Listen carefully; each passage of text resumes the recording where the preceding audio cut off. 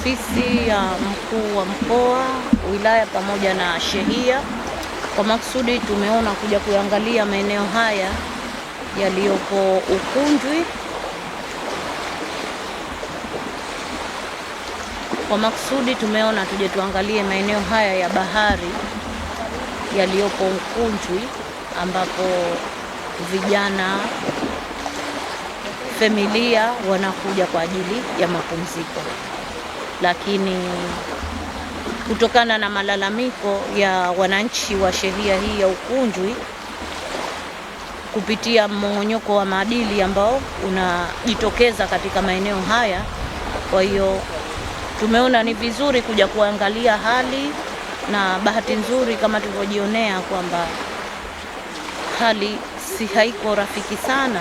Kwa hiyo tunamtaka sheha wa shehia hii kuunda zile kamati za shehia, kamati ambazo zitaweza kusimamia maadili ya shehia yake, lakini pia matumizi ya bichi kama hivi, na kama wanavyosema wananchi wa hapa kwamba hutumika mpaka saa 3 za usiku, saa 4 za usiku, mchanganyiko wanawake wanaume, jambo ambalo kwa kweli linakuwa halipendezi kwenye mila na desturi zetu.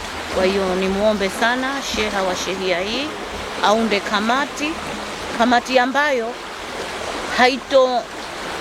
haitomkandamiza mwananchi, lakini tutaweza kudhibiti mmong'onyoko wa maadili katika maeneo haya. Lakini chengine niwaambie wazee wa vijana wawe wanaangalia vijana wao wanakwenda wapi, hususan watoto wari, lakini pia wale watoto chini ya umri wa miaka 18.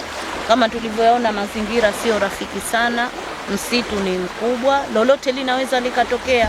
Kwa hiyo ili kumlinda mtoto lazima uangalie mwenendo wa mtoto wako. Wewe usirizike tu mtoto akifika jioni anakuambia anatoka anakwenda wapi, kumbe anakuja maeneo kama haya.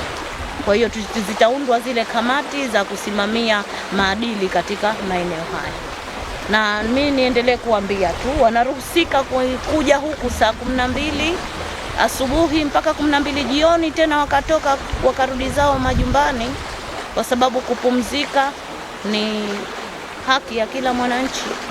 Binafsi kwa uzuri wa fukwe ambao ipo hapa, basi niendelee kuambia waitumie vizuri, tusitumie kusababisha mambo mengine ambayo yanakwenda kinyume na maadili yetu.